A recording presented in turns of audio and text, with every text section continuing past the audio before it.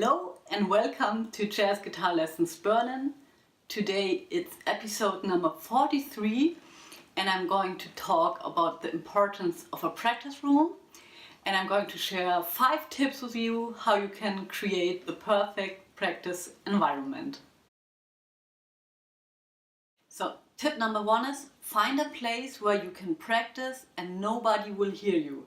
That's very important because you will subconsciously think about the person who can hear you more than you want to, and then you can't concentrate as good as it would be possible for you as if nobody would be listening. So find a place where nobody can hear you playing.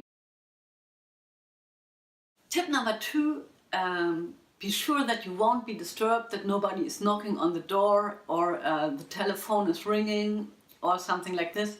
And most importantly, try to get rid of your smartphone. I know that's really hard to do because a lot of people have their metronome or their timer or the tuner, whatever on the smartphone, and they're really depending on it. But try to get those things in the analog form, in the old mechanical form.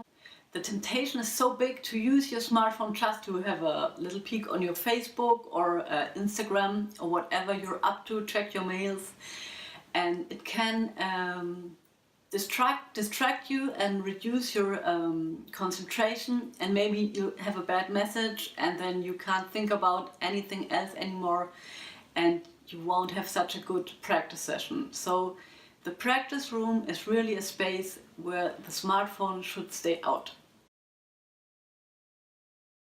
So tip number 3 is get organized. Have all the things that you use when you're practicing already set up, so that when you start practicing you don't have to look for your music stand or for the tuner or for the plectrum. So everything has its place, and try to make it as cozy as possible for yourself. So if you're starting to practice, you find a room that is already set up for practicing. You don't have to search for anything, and it will be much easier for you to get started then, and motivation will be much higher as well.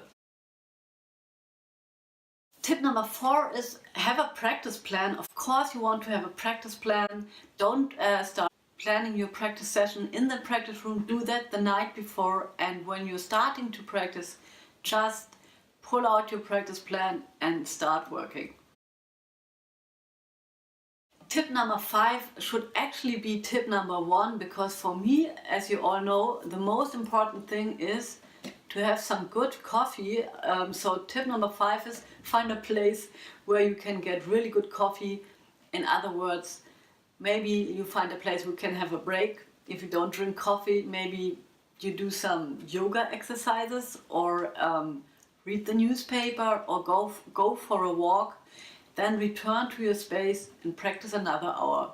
Okay, that's it for today. See you next week.